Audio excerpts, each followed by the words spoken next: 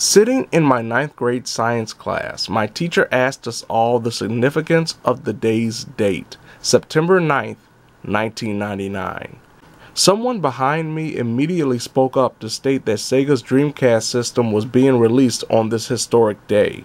A majority of the class, including yours truly, agreed that today was monumental because of Sega's latest and unknowingly final console. We gamers, both hardcore and fringe, didn't understand what was on the horizon thanks to the Dreamcast's release. A year after the Sega console hit store shelves in America, Western gamers were treated with something completely different than anything else on a system that allowed players to communicate with fish featuring human faces, Shenmue.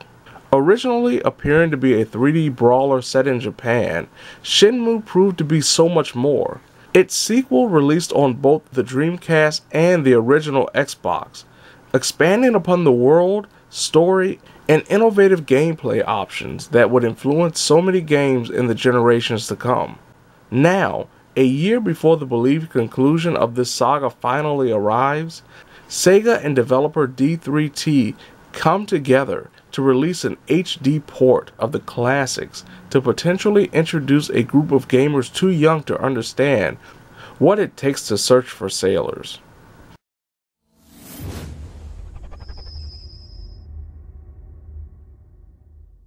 The Shenmue HD collection does what most remasters in this generation hope to accomplish: produce a better, more playable version of a classic game originally made for systems no longer in production. Both games definitely look better and don't suffer from grandiose loading times, yet it still controls like a tank, even with the improved controls. Both games come with a great, easily obtainable trophy and achievement list that will coerce a player to experience a lot what both Shenmue 1 and 2 have to offer, including completing the stories. Of course, I made it through both experiences, with Shenmue 2 lasting about 10 or so more hours than the original iteration, mostly thanks to wandering around the earliest and last towns available in the game, putting the total playtime around 40 hours for full trophy and achievement completion.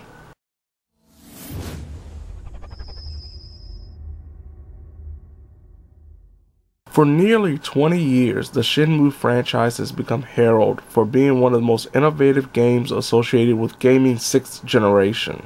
The story begins simply, yet horrifically, as Ryo Hazuki discovers the dojo he trains at and lives beside is being invaded by a menacing, almost stereotypical martial artist, Lan Di, who is in search for a mythical mirror that apparently is possessed by Ryo's father. When Ryo's dad refuses to give up the mirror, Lan Di slays him in cold blood, leading Ryo on a search for answers and revenge. Most games with an initial narrative like the one in Shenmue would feature the player entering an open world ready to kick butt and take names. While Ryo can kick butt and discover many names, the way he goes about succeeding in his quest turns what could have been a 3D brawler into a point-and-click adventure where Ryo goes about his hometown and beyond, asking townspeople if they can provide any information about whatever is his main goal at the time, be it the location of a nearby butcher shop, or, of course, where sailors work. Ryo will be hoofing it around his environments much to the chagrin of the player, as there is no overview map or fast travel system without returning to Ryo's home base. With a day and night cycle, Ryo is a slave to time, one of the biggest faults of the first game, as certain missions can advance at certain times of the day, and Ryo won't sleep his hours away until the next big moment when need be, a factor that is somewhat remedied in the second game with a wait option during specific moments. Players who remember whom to speak to and where to go can actually skip sections of the game, but may miss out on some entertaining moments and cutscenes. The player can also enter first-person view with the touch of the left trigger to investigate items and even discover important clues and information. Shenmue 2's vaster world gives way to another helpful function not found in the first game, an ability to follow townspeople. Depending on whom Ryo talks to, the person will lead Ryo to his latest destination, making it a lot easier to get around these much larger towns compared to the original iteration. Neither Shenmue game plays into the modern style of fast-paced movement and action, and may turn off some players. For example, in regards to the game's pacing, both games feature Ryo taking part in various jobs that, like in real life, don't last just one day if Ryo wants to get paid. Shenmue 2 is a little more forgiving in not forcing the player to become a forklift driver for 5 days, unlike in Shenmue. But there are forced moments of busy work that can get tedious. Shockingly, tedium is actually a great reason why the Shenmue franchise is so fantastic. Having to ask questions, learn about the lore of Ryo's homeland and beyond, and take part in some cutscenes that can see Ryo trying to save a little girl from some bullies, or Ryo being a little too slow in catching a soccer ball, just makes the experience feel so much closer to reality than any video game during that era, without it being a full-blown real-life simulator. Beyond the simplistic gameplay, featuring Ryo not so simply moving around thanks to the tank-like controls that will definitely have players struggling to turn Ryo around when he attempts to stop on a figurative dime, or even when he's standing still. Combat, though minimal in comparison to popular beliefs, is another factor of Shenmue that wasn't a strong point, mostly thanks to not having any control over the camera and lacking a targeting system. In any given fight, the camera can go wild, swooping in and out and even toward the ground to make it almost impossible to figure out what direction Ryo needs to move.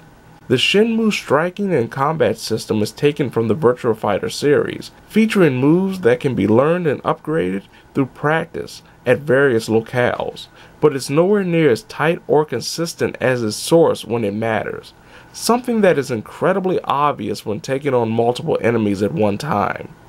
Shenmue 2 also improves upon the combat system by adding enemy health bars, a lacking feature in the original.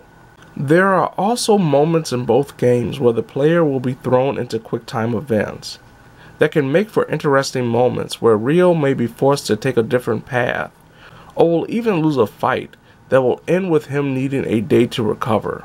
In Shenmue 2, many QTEs are attached to winning certain fights or completing objectives that must be repeated until the player gets it right.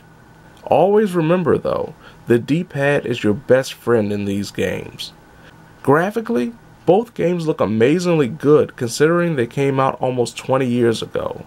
Most of the textures have been smoothed and touched up while maintaining the integrity of every environment, with a majority of the character models looking closer to something from the early days of a generation to come, rather than something that was released right at the end of the 32-bit era. There are also options between widescreen and 4:3 presentation, though all the cutscenes are in their native 4:3. The sounds and voices of Shenmue, though, did not fare well moving across the generations, especially in regards to the first game. While Ryo mostly sounds okay, a majority of the characters sound hollow, tinny, and downright inaudible without subtitles, though the Japanese audio sounds a lot better than the English offering. From a writing perspective, Shenmue has always come across as a Japanese B-movie turned into a video game, so don't be afraid to laugh at the ridiculousness of certain conversations. There are some missing features from the original iterations for obvious reasons, such as licensed music and merchandise, as well as the lacking online features, including no passport option, but none of the unavailable stuff really affects the game in a negative way. Though people have rightfully complained about bugs, glitches, and even save file corruptions, I thankfully haven't suffered from anything serious or game-breaking. The only annoying moment was the game going completely out of sync from an audio perspective during the early portions of Shenmue 2. This collection is a pure example of revolutionary concepts being presented for an entirely new generation in the best way possible, without a complete remake or the romanticizing of gameplay functions developers have long since abandoned for good reason.